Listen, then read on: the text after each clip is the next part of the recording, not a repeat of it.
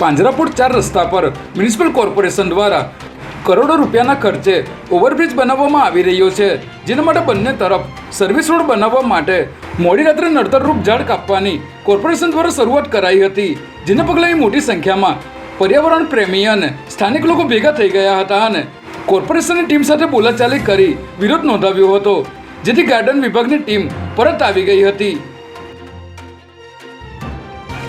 રાજ્યના 15 મોટા વોટર પાર્કમાં સ્ટેટ જીએસટી વિભાગે દરોડા પાડતા 57 કરોડથી પણ વધુના શંકાસ્પદ વ્યવહારો મળી આવ્યા છે, જેમાં અમદાવાદ, નવસારી, ગાંધીનગર, હિંમતનગર, રાજકોટ સહિતના 15 મોટા વોટર પાર્કના 27 ધંધાના સ્થળોએ તપાસની કાર્યવાહી હાથ ધરાઈ હતી. ત્યારે તપાસ દરમિયાન આ વોટર પાર્કમાં આવેલ રેસ્ટોરન્ટમાં કાચી ચિઠ્ઠીથી રોકડમાં થતા વેચાણો મળી આવ્યા હતા.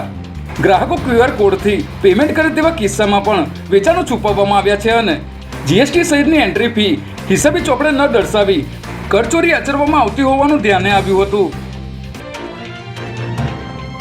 નવી દિલ્હીમાં ત્રીજી વખત વડાપ્રધાન તરીકે શપથ લેતા પહેલા નરેન્દ્ર મોદીએ સંભવિત મંત્રીઓ સાથે પ્રથમ બેઠક કરી હતી.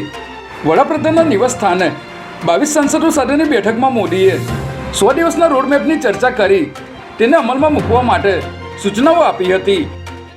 આજથી મોદી 3.0ની શરૂઆત થવા જઈ રહી છે, જેમાં ગુજરાતમાંથી અમિત શાહ, CR પાટીલ, મનસુખ માંડવિયા, નીમુબેન બાંભણિયા અને S જયશંકર શપથ લેશે.